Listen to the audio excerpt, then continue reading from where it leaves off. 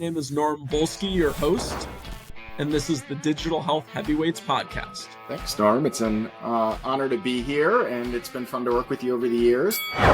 Hello, and welcome to the Digital Health Heavyweights podcast with your host, Norm Volsky. And today we are joined by Akifa Khattak, co-founder of Her Health AI. Akifa, welcome to the podcast. Thanks for having me. I'm excited for this conversation.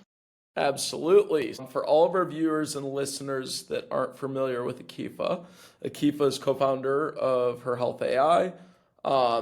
She is a healthcare attorney with advanced degrees from Cornell University in healthcare administration and Johns Hopkins University in biotechnology. A passionate advocate for women's health technology, she champions policy reform through the Early Breast Cancer Detection Coalition and uses her platform as Miss North Orlando for the Miss USA 2025 to promote awareness via media, fashion, comedy, and sports. Akifa is a member of several professional organizations, including HIMSS and the American Health Law Association, and has authored multiple legal articles, including work on digital health and computer-brain interface law. Her Health AI is a fem-tech startup focused on non-invasive diagnostics for endometriosis, which has earned recognition from Johnson & Johnson, HLTH, Forbes, and the Wall Street Journal. Her legal experience includes drafting U.S. Court of Appeals arguments, sustainability by her policy, and working on federal healthcare fraud and environmental crime cases. Motivated by her own rare and severe endometriosis journey, Akifa is dedicated to advancing AI and innovation in women's health, and very excited to talk about it and welcome her to the podcast. Thanks for having me. My pleasure. So what inspired you to go into law and biotech during your educational journey? So I always wanted to live, it's cliche but very true, a life of service. And I think that the legal way was the best route for me. But I started off as a science major in college. I ended up also obviously falling in love with science, and I figured out how to merge the two, which is a happy medium for me, which is healthcare, biotechnology, etc. And you're able to assist, with different social issues, things like that. So I'm happy about the two, and that's kind of how it came about. That's great.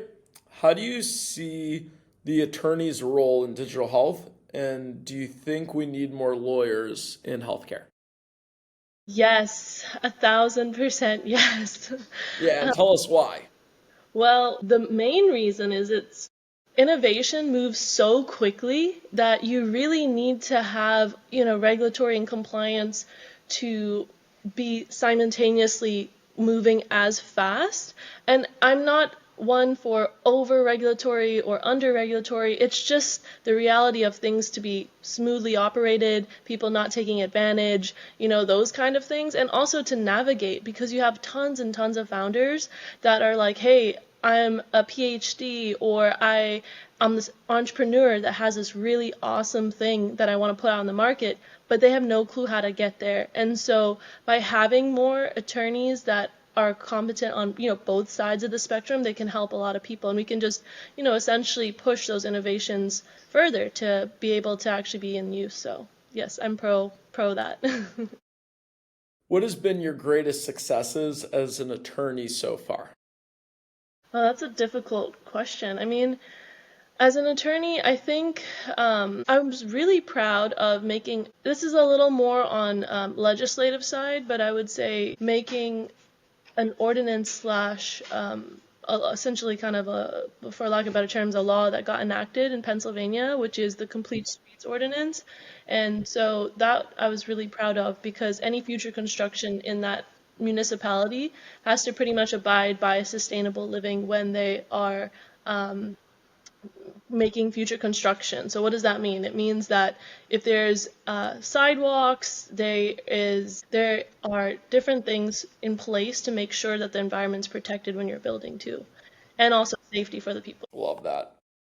Tell our viewers a bit about the DOJ investigations into Medicare and Medicaid fraud with the Pennsylvania office.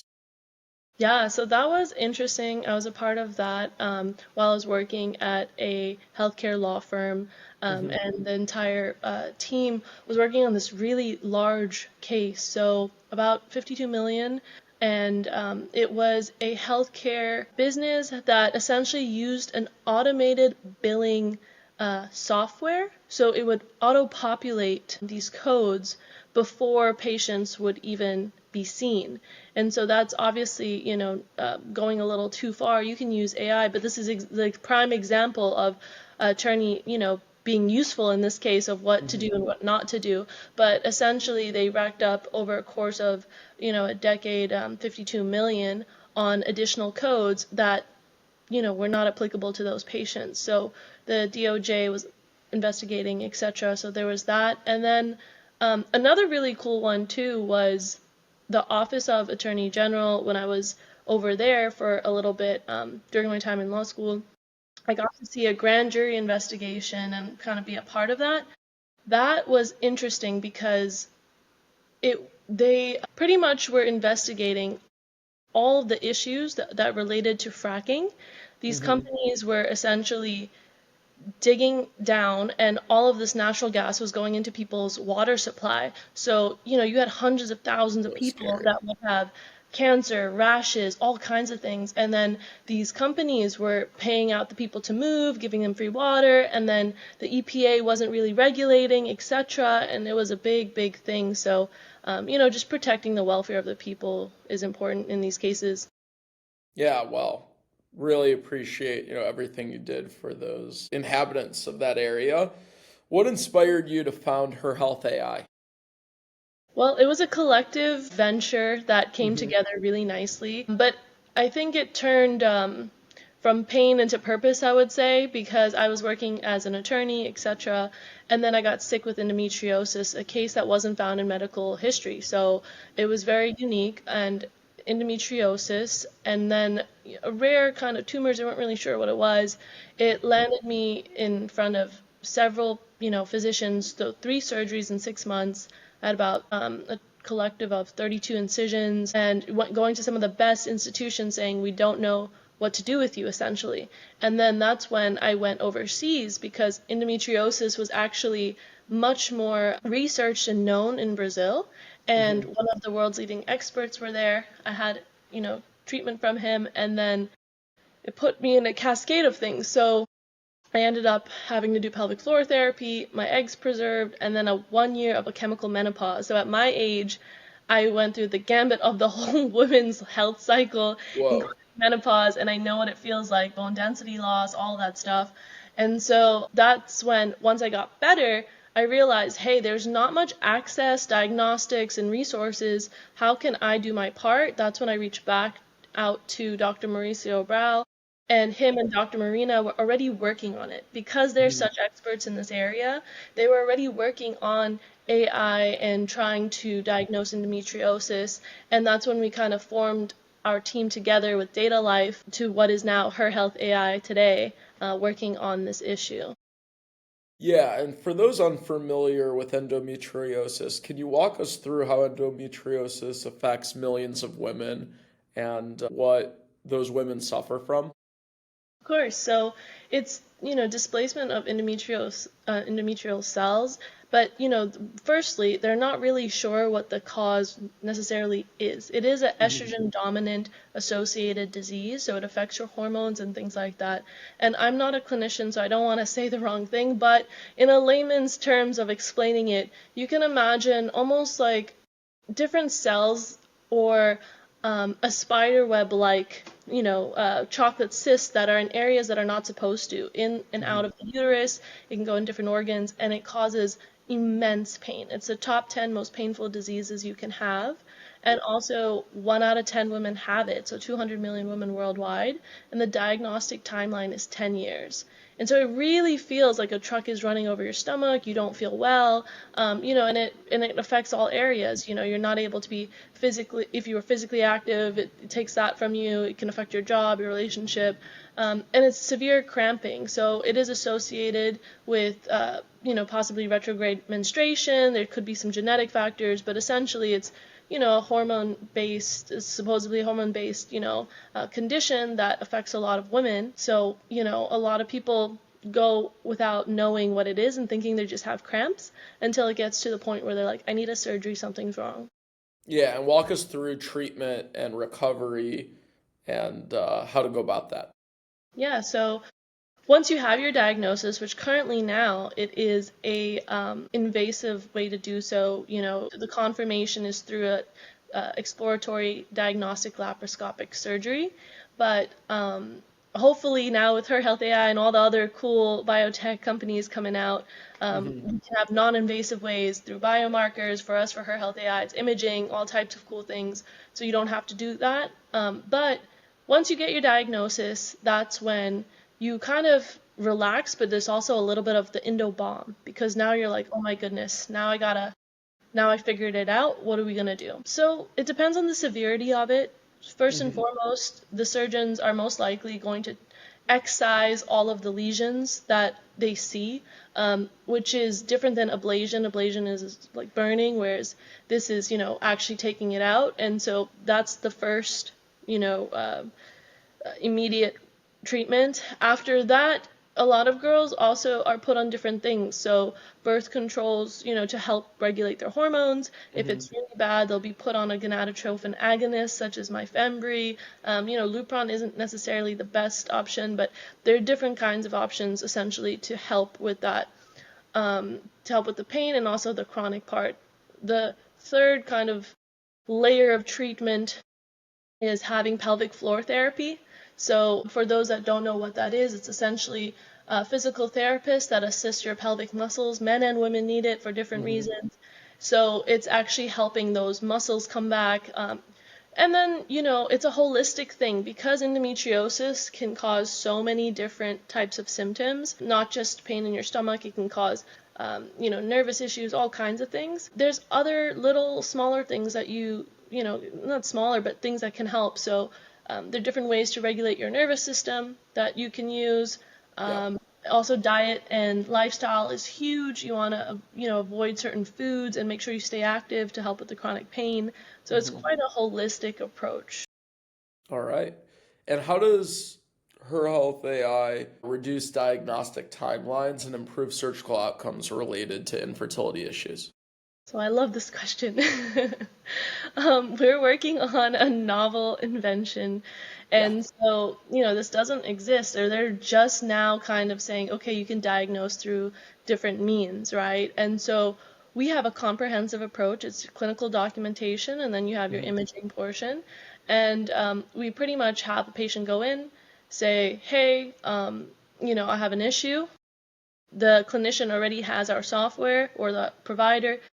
And then, boom, they put like whatever information they need in there. And then we not only give a diagnosis, but we give a mapping of the lesions. So one of the biggest issues that the endometriosis surgeons had was that there's other gynecological surgeons that isn't necessarily their expertise, and they're doing these surgeries. They're not really seeing all the endo. There's repeat surgeries, etc. And so these girls go through 3-4 surgeries before they go to the right doctor. And so there's a lot of access issues and costs. So what are we doing? Improving the diagnostic timeline, because now, one, you don't need a surgery, so from 10 years down to 1 year. The second is it improves surgical outcomes, because now you have a mapping of the lesions. So for places that you can't get the endometriosis specialist, instead of teaching an entire workforce, you're able to have it streamlined through our AI and help with that. And then in terms of infertility, there is a section of women that have asymptomatic endometriosis. And what does that mean? You don't have any symptoms. So they're not able to get pregnant. They do IVF and they're like, what's going on? And so the clinician again will use it, say, hey, you have endometriosis, go for surgery, then we do IVF. So again, instead of an exploratory. surgery, they're able to, at least have a confirmation when they're going for these things. So it helps in so many ways. And I've studied pretty in depth, how many fertility treatments are unnecessary because, the treatment will not work because there's some other underlying issue, mainly because I've evaluated a company that does, sperm testing and male fertility treatments before having a family go through women's fertility treatments just because of the cost. It's a lot easier to screen and treat and then guide people towards it as long as you're able to get people quick access to screening and care. But walk us through, how screening for endometriosis financially costs, a healthcare payer so that they're not spending tens of thousands of dollars per fertility treatment for no reason. Like, what's the cost of doing the one screening to avoid future high costs if they're ultimately going to be ineffective? Yeah, so in regards to the cost, first of all, you're avoiding repeat surgeries, and it is contingent. I can't give you hard numbers because it's contingent on people's insurance and what their coverage is, essentially where they're at too and who they're seeing. But roughly a surgery costs 10 to 15 grand with insurance, right? So I mean that is quite costly, and then you're avoiding unnecessary treatment in that regard. In terms of infertility too, I mean, you're going through multiple rounds, which can go up from $15,000 to $20,000 if you don't have certain assistance, financial assistance. And this is again a home issue, so men and women are included in this. And I'd love to talk also about men being supportive of it because again, the financial aspect, it's a family decision-making thing, and so everyone needs to be aware of their options. So having a non-invasive technology that's able to diagnose will cut, any kind of repeat procedures slash additional treatment that's unnecessary. Yep. What's wrong with how we approach endometriosis today, and where's there room for improvement? I think there is one, just a lack of awareness, but it's getting better. Yep. So that's first and foremost is education. And secondly, I think there's a bit of a taboo because it's women's health. Men feel like, hey, this is not my place, so I don't want to say anything, which I don't encourage actually, because although it is a woman's body, her choice, ultimately 100%, we're not necessarily talking about the abortion issue. We're talking about women's health. So if you have a son that the mother is, he's a caregiver of a mother and she's going for a hysterectomy, he needs to know how to look after her. Likewise, if you have a father that has a daughter that has endometriosis or PCOS and is struggling, he needs to know what can we do, to assist, whether it's financially, through therapies, etc. There's again the financial aspect. So I think having the entire family be a part of at least understanding, informed in regards to assisting their loved one is always important. And breaking those taboos, being able to actually talk about it. A lot of cultures, a lot of people are, they're not going to go say, hey, I have this period pain, I don't want to talk about it, or this intimacy issue, because it can affect all those muscles for pelvic floor Yeah. are, one portion is, I mean, it's pelvic health, right? Using the restroom, etc., constipation and bloating. But there's also an intimacy aspect that it can affect, can be quite painful, and different kinds of women's health stuff. So, breaking those taboos and peeling it back to say, hey, ultimately we want healthy individuals, and so keeping that as the focus. Gotcha. Walk us through what the typical experience is for a member using her health AI. So in terms of somebody that would use it, it would be a gynecologist, an infertility doctor, maybe even a radiologist, etc. And so we will have this technology in hospital systems and clinics. You lease it out, and then it actually has interoperability with your system, so it works seamlessly with that. And And do you mean like with a EMR? yes. Okay. So we took everything in consideration, and we also have a reimbursement strategy in place too, because a lot of these technologies, they're not necessarily easily used or accepted in healthcare systems because of the reimbursement issue. And so we have different options of how you can potentially get reimbursed. We're working on that right now. So essentially, you have the software, it goes seamlessly with your EHR, and you're able to put in the data that you need, the images, the clinical documentation, and then it can go with not only will you have the result all on the computer, it's not a hardware, it's a software, you can do updates, etc. It's really nice, and then it can essentially go in the patient's charts. And how does Her Health use clinical data and imaging to take a non-invasive approach to fem-tech?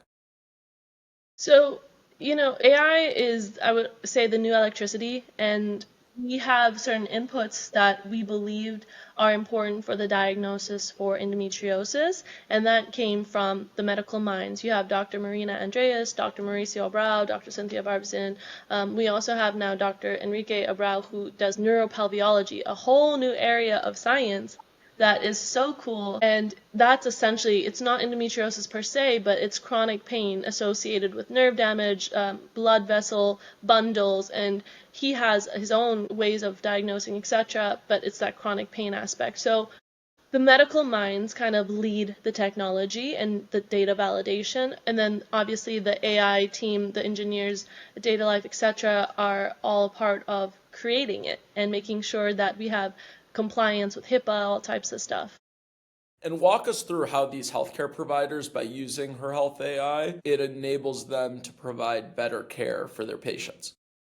Yeah, of course.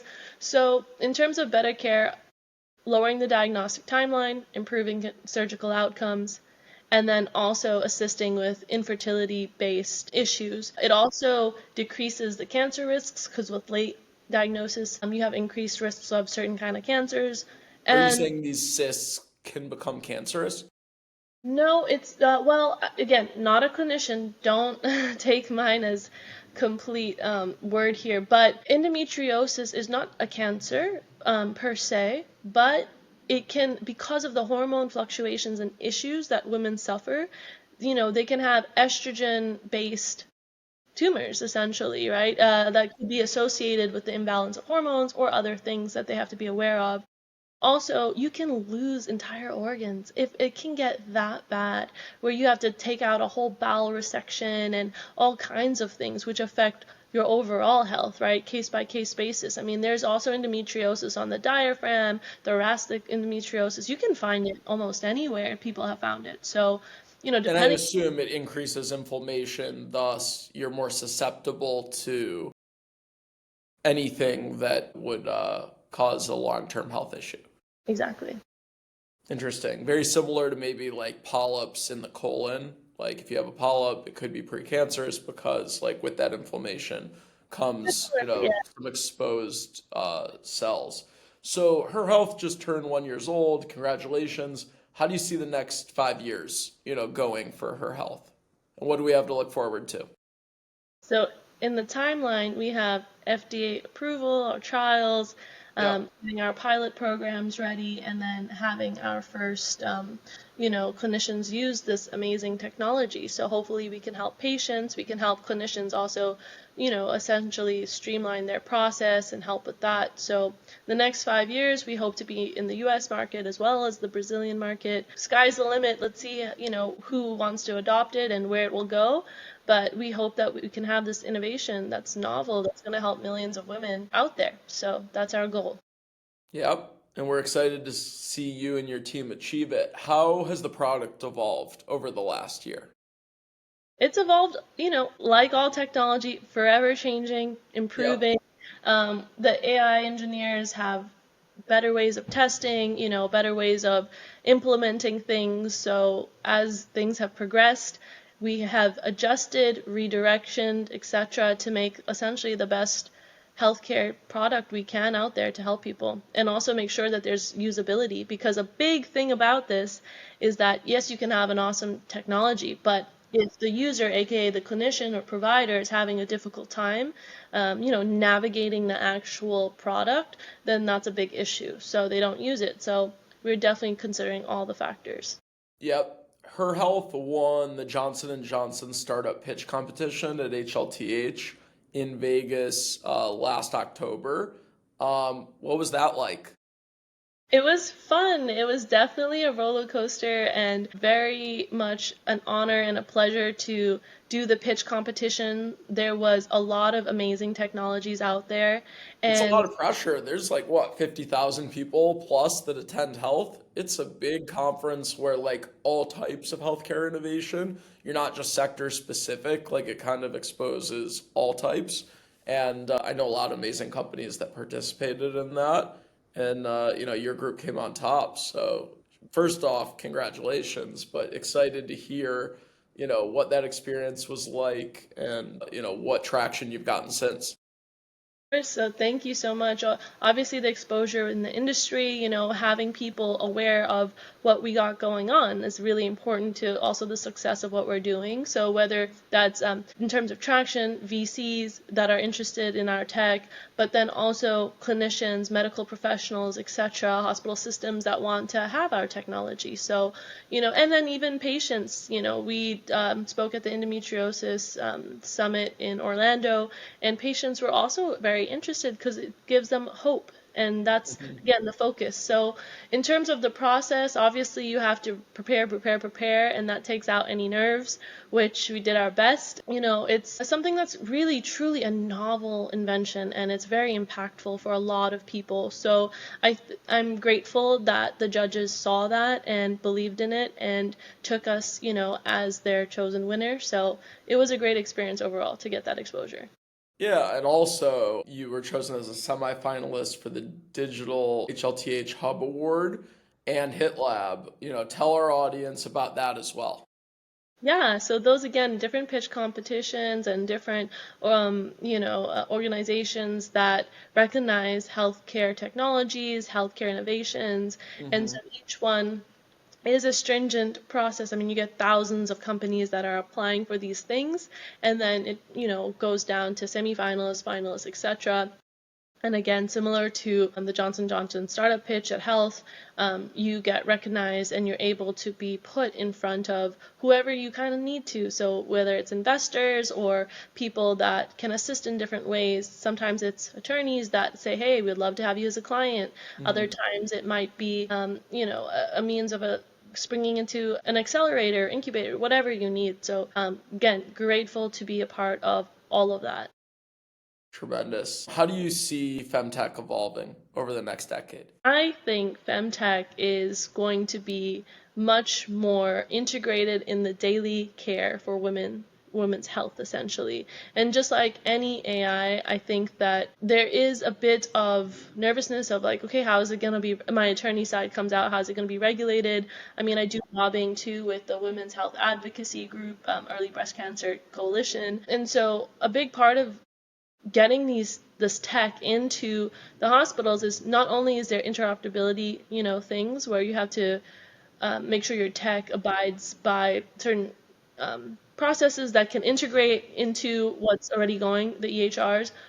You also have the reimbursement issue, which is huge. Again, insurances want to make sure that things are working out, and they're not really, the first to want to adopt anything related to AI, right? Because of the data, because of how exactly are we going to check that. And then you also have the compliance side. So I think in terms of moving forward, I think it's going to be very integrated when it can get in. I think it's going to, just like any healthcare tech, I think AI in general is just bulldozing every single industry for the better in some ways, right? In other ways, we will again readjust and have to have redirection of, we don't know what those outcomes will be. So obviously with change comes, we have to readjust things. So ultimately, I think it's a good thing. However, it's going to be contingent on the administration and also how it's implemented. I will say the Trump administration did put,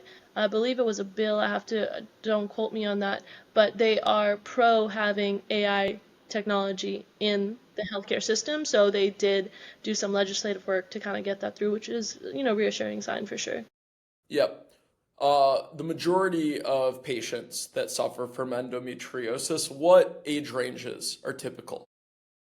It can range pretty much anyone with their menses. So, I mean, again, not a clinician, but speaking to the clinicians that have dealt with the patients, they've had girls that are even 9 years old have issues because it's hormone You need based. to start considering and checking and ruling it out, like starting at early adolescence, and like at which point are you no longer really worried that like, hey, it's a factor?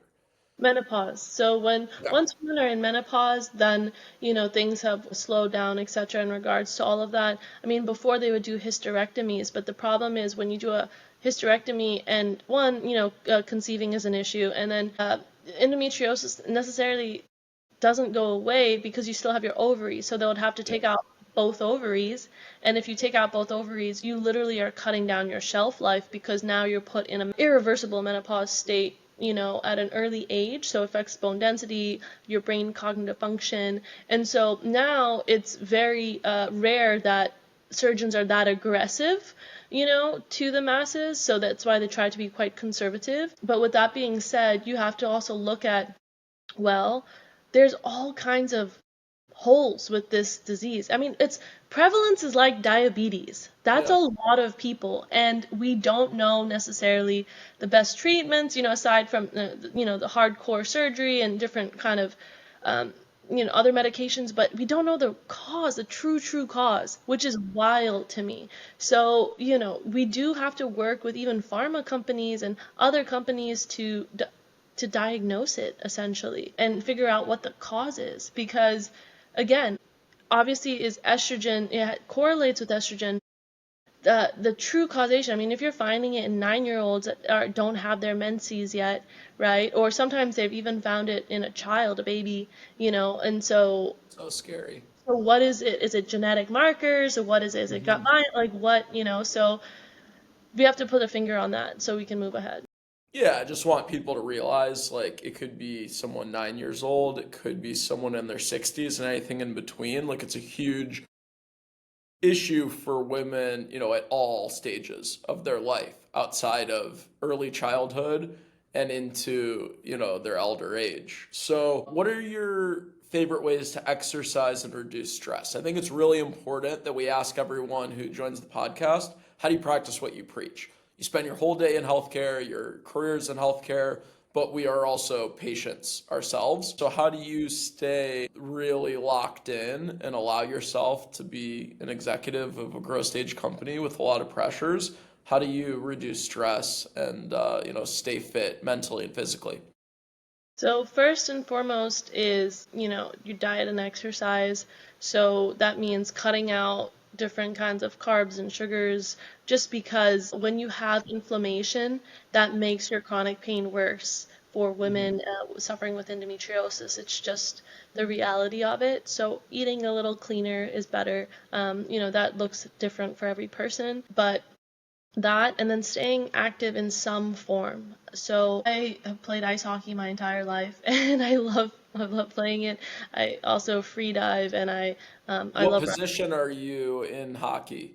defense. Defense. All Yeah, right. we gotta, protect the team. You But can't lose if you don't give up goals.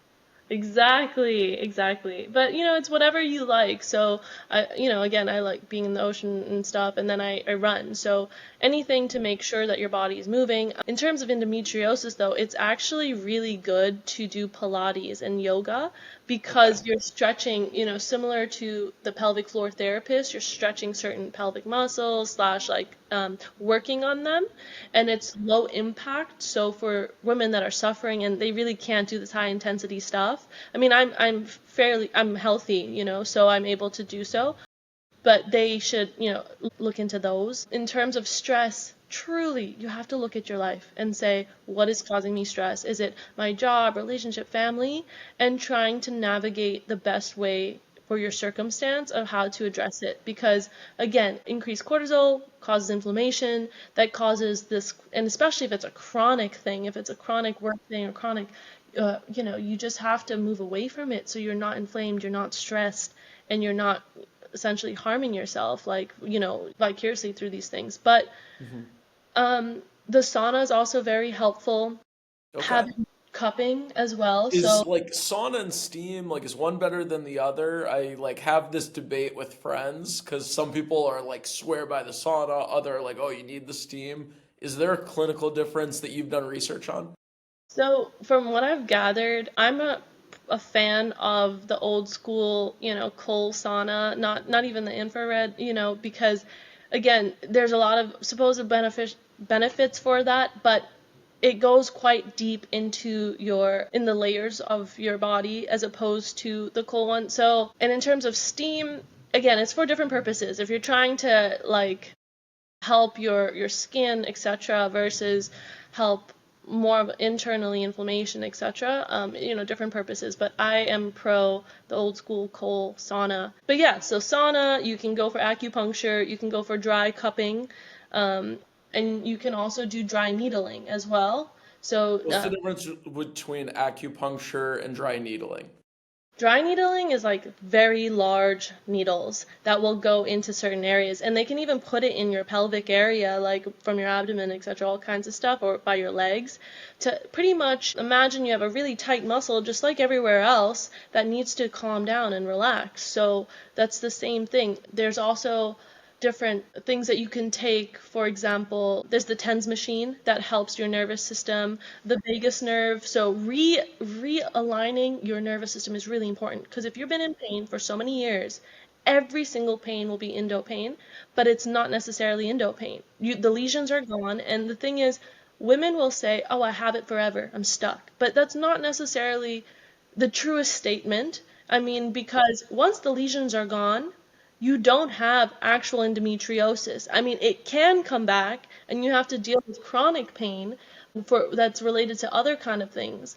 But I think coming from that patient mentality to say, "Oh wait, no, I can have a solution," and then that cascades having a healthy lifestyle. Because for the longest I thought, "Oh, forever I have any pain was endo pain." And then my pelvic floor therapist said, "Akifa, you've done everything. We can't even tell that there was an issue." My surgeon said, "There's no endometriosis now currently. You're literally healthy." And it took like getting it in my brain to go, "Wait, I don't currently have it. I'm healthy. So let me go out and work out, etc." And remember that some pain is just pain. We're human beings, and so you just have stomach pain, or you just have back pain, or you just have period pain. So having the patients recognize the two is important. And then also taking different supplements. So very big on probiotics. I'm actually coming out with this formula, a comprehensive women's health supplement that is for period pain. And that's different. It's not at all, a substitute for endometriosis treatment, but it's a wellness thing that has everything included in it. So, your fish oil, your probiotics, your digestive enzymes, all types of stuff. So making sure you're taking your supplements. I like it. And you mentioned like healthy eating is really important as well. Do you have any like healthy eating tips or even specific recipes that you make monthly or even weekly that you would recommend? So, you're having whole foods is always the best. Try to stay away from processed foods and anything that can cause inflammation. I mean, there's a lot of autoimmune diseases that are associated with endometriosis, and there's also a lot of women that have allergies. So it's not just anti-inflammation, like anti-inflammatory diet, it's also an antihistamine diet. So for those that have allergies that can cause inflammation, I mean, maybe you're eating a lot of peanut butter and you think, okay, it's not the worst thing, but that's causing you inflammation. So, I think it's like a case by case basis, but essentially having whole foods, your fruits, veggies, stay away from the red meats, but just meats in general can be, obviously better than having donuts and carbs and pastas, and you want to avoid those sugary things that, will make us feel better. Well, sugar definitely increases inflammation, and no doubt about that. Obviously, alcohol as well. So there's a couple of things to definitely do in moderation, and if you can eliminate them, even better. Well, again, Kifa, really appreciate the time. Thank you for educating, myself as well as our listeners and viewers on endometriosis and how big and prevalent of an issue it actually is. And again, thank you so much for what you're doing at Her Health AI. We're going to be monitoring all the success and progress you make, and we'll be rooting for you and your co-founders. So again, thank you so much, and good luck with your future endeavors. Appreciate it. Thank you so much.